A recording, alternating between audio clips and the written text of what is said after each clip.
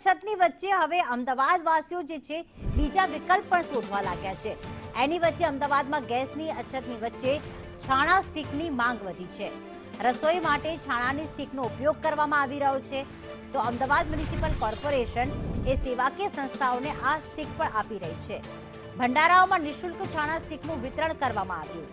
રામ રોટીઓમાં છાણા સ્ટીકથી રસોઈ બનાવવામાં આવી રહી છે, તો ગરીબોને ભોજન માટે આ ખાસ વ્યવસ્થા કરવામાં આવી છે।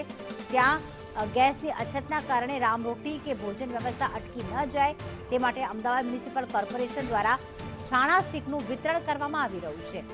જ્યાં રામ રોટી ચાલતી હોય, જ્યાં ગરીબોને ભોજન આપવામાં આવતું હોય, ત્યાં આ રીતે છાણા સ્ટીક પર હવે રસોઈ બનાવવામાં આવી રહી છે।